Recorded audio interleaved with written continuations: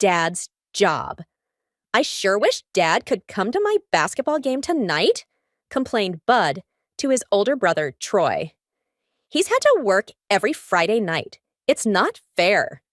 Troy tried to cheer him. Mom and I have been there, Bud, and you've been doing great. But it's not the same, Bud replied. Just then, Mother called them to supper, and the discussion ended. This roast beef is delicious, exclaimed Troy. Remember how often we wished for a roast when Dad was out of work? I sure do, replied Mother, and I'm glad you reminded me.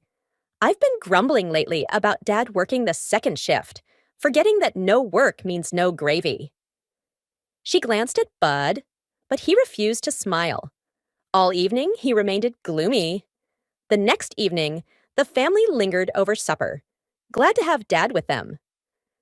Since I'm only here on Saturday and Sunday evenings, said Dad, I really miss our family devotions. Troy, did you choose something for tonight? Troy grinned as he replied, I've got it all planned, Dad, and I think we all need it. Troy took the Bible and read from Exodus and Numbers.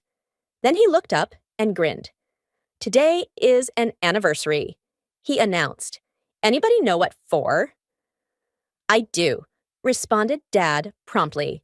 It's just 3 months ago that I got called back to work. Oh, that's right, said Mom. I remembered how thrilled we were. She paused, then exclaimed, Oh, I see your point, Troy. We've been like the Israelites. At first they were thrilled with manna, just like we were with Dad's job. But then they began to loathe it. I'm afraid we did that too, and I confess that I was probably the first to complain. I hope you'll all forgive me. May God forgive us too. Thank you for teaching us a lesson, Troy.